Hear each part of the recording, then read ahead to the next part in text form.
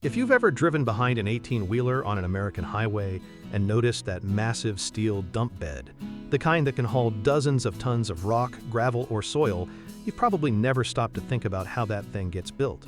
Well, today we're changing that. Welcome to Arslan Damper, one of the world's leading manufacturers of truck bodies and trailers. What you're about to see is a full production run from raw steel to finished dump truck body, and it's one of the most satisfying industrial processes you'll ever watch. It starts in the cutting hall. Long, flat sheets of high-strength steel, the kind that can absorb tremendous impact without cracking or bending, are fed into plasma cutting machines. These automated cutters trace precise digital blueprints, carving out the floor panels, sidewalls, front bulkheads, and tailgate sections with surgical accuracy. The edges come out clean, consistent, and ready for the next step. From there, the panels move to the press brake stations. This is where the steel gets its shape. Massive hydraulic presses apply tons of pressure to bend the flat sheets into the exact angles and profiles needed for a heavy-duty dump body. If you've ever tried bending a piece of thick steel by hand, you know it doesn't cooperate, but these presses make it look effortless. Then comes the welding. This is the heart of the whole operation. Skilled welders, some working alongside robotic MIG welding arms, stitch the sections together with precision seam welds. The goal here isn't just strength, it's consistency. Every weld bead has to be the same depth, the same penetration, the same quality.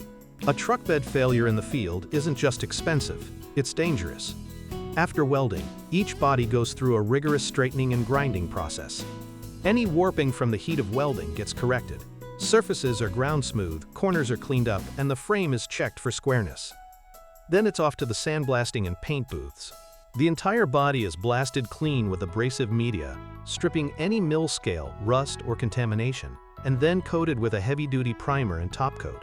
That finish has to hold up against rocks, mud, salt, and everything else a job site can throw at it.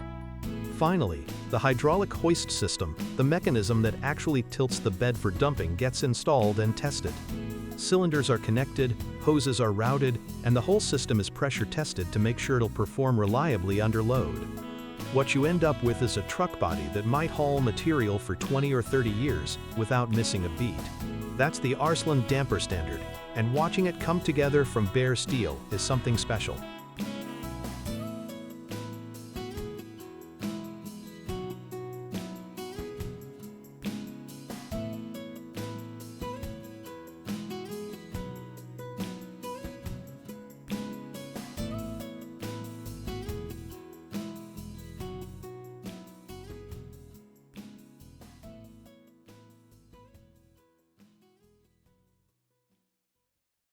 Here's something you don't see every day. A shovel being born from retired railroad track. There's beautiful symmetry in this. Steel that once carried freight trains across America getting a second life as a tool that'll outlast a dozen conventional shovels. The raw material here is actual railroad rail conforming to Russian standard GOST R51685-2000, though similar American area specifications exist. What makes rail steel special? It's the carbon content, typically between 0.7 and 0.8%. That's considerably higher than mild steel, giving these shovels exceptional hardness and edge retention. Old-timers in the railroad industry will tell you that good rail steel was expected to carry millions of tons of traffic over decades. That same toughness translates beautifully into hand tools. The process starts with cutting sections from recycled rail. Notice how they heat the steel to a cherry red glow, around 1,800 degrees Fahrenheit. At this temperature, the crystalline structure of the steel becomes malleable. The press then forms the basic shovel shape in several progressive strikes, each one refining the contour. This isn't just bending metal, it's forging, which aligns the grain structure and creates a stronger finished product than cutting or stamping ever could. After forming, the shovel blank goes through a controlled cooling process. Too fast and the steel becomes brittle, too slow, and it loses hardness. The metalworkers here have calibrated this perfectly, often using techniques passed down through generations of Russian toolmakers. The final steps include grinding the edge to a precise angle, typically around 20 degrees for digging shovels, and tempering to reduce brittleness while maintaining hardness.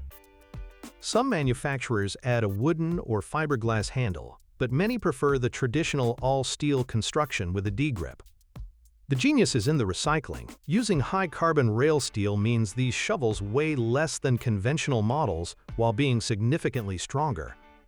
It's sustainable manufacturing at its finest, turning industrial waste into premium tools that'll serve another generation of workers.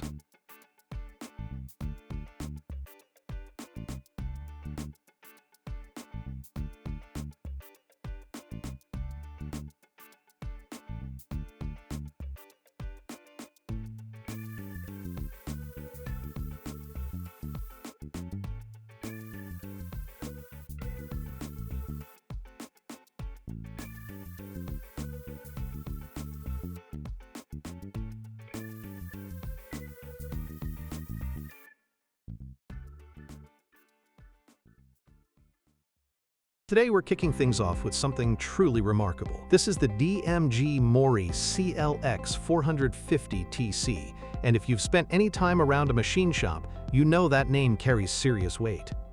This is a universal turning machine, meaning it handles a wide range of parts without requiring constant tool changes. But here's what makes it special. It can both turn and mill, and not just from one or two angles. This machine finishes a part completely from all 6 sides in a single setup. Think about that, 6 sides, one machine, no repositioning, no reclamping. And the automation? It's built right in.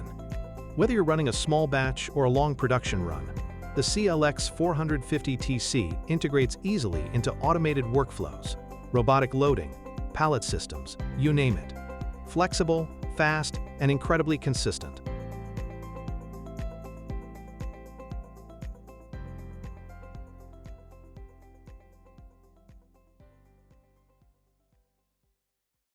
This is rail cutting, specifically the oxy-propane cutting of 47 kilogram per meter rail steel. And if you've never seen it done, you're in for a treat. First, a little context. Rail steel isn't like ordinary structural steel. A 47 kilogram per meter rail, that designation refers to the weight per linear meter, is a heavy-duty rail profile used on mainline freight and high-capacity transit systems. The steel itself is a high-carbon heat-treated alloy engineered to handle the constant pounding of heavy axle loads and the lateral forces of turning trains. It's tough stuff. You can't just take a saw to it and call it a day. That's where oxy-fuel cutting comes in, specifically the oxy-propane process you're watching here. Here's how it works. The torch runs on 2 gases, propane and pure oxygen. The propane produces a preheat flame that brings the steel surface up to its ignition temperature, roughly 1800 degrees Fahrenheit. Once the steel is glowing at that cherry red threshold, the operator opens the cutting oxygen lever. And here's the chemistry that makes it all work. At that temperature, the oxygen doesn't just burn. It reacts violently with the iron in the steel, oxidizing it and literally blowing the molten iron oxide out of the cut. It's not melting, exactly. It's controlled oxidation. The steel burns. For a 47 kilogram per meter rail, which has a head, a web, and a base, all with different cross-sectional thicknesses, the operator has to manage the torch angle and speed carefully through each section. The head of the rail is the thickest part, sitting on top. The web is the thin vertical section in the middle, and the base is the wide, flat foot that sits on the tie. Cutting through all 3 sections cleanly in a single pass requires experience and a feel for the material. The finished cut face is typically post-processed, ground, or machined to achieve the tight tolerances required for track joints and rail connections. But the oxy-propane cut does the heavy lifting, separating that massive steel section in a fraction of the time it would take with mechanical cutting.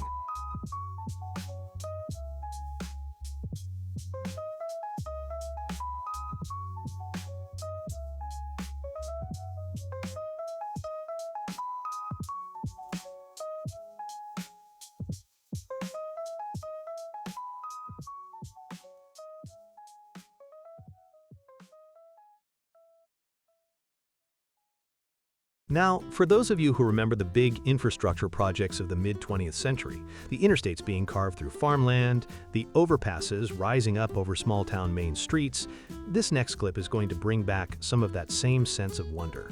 Because what's happening here in the Netherlands is a major engineering milestone. This is the construction of the very first Bibo arch structure in the Netherlands, built for the A9 motorway bypass near Bad Hoofddorp. And if you haven't heard of BIBO before, you're not alone. Let us break it down.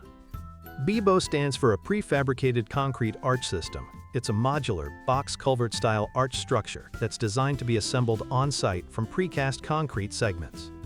Think of it like a giant interlocking concrete bridge, built from the outside in.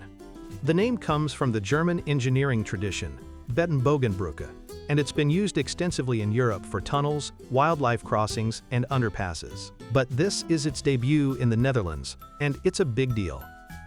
The project begins with earthwork, excavating a wide, carefully graded trench across the path of the future road. The foundation is everything with a structure like this. A thick concrete footing is poured at the base on both sides of the opening, because the arch works by transferring its load outward and downward into the earth. It's the same principle the Romans used in their stone bridges, compression arch, just executed with modern precast concrete. Once the footings are cured and verified, the prefabricated arch segments begin arriving on flatbed trucks from the casting yard. Each piece is a curved concrete panel, reinforced with rebar and cast to precise tolerances. These aren't rough concrete blocks. They fit together with the kind of accuracy you'd expect from precision manufacturing. A large mobile crane positions each segment, and a crew guides them into place on the footing.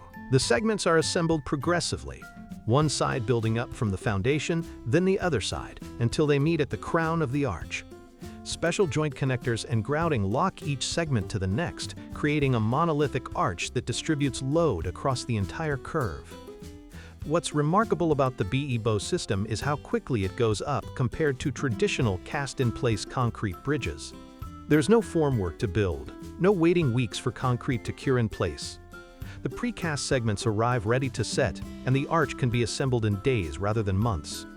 After the arch is complete, backfill is placed and compacted on both sides and over the top, gradually loading the structure and activating the arch's compressive strength. It's counterintuitive but true. The more earth you pile on top of a properly designed arch, the stronger it gets.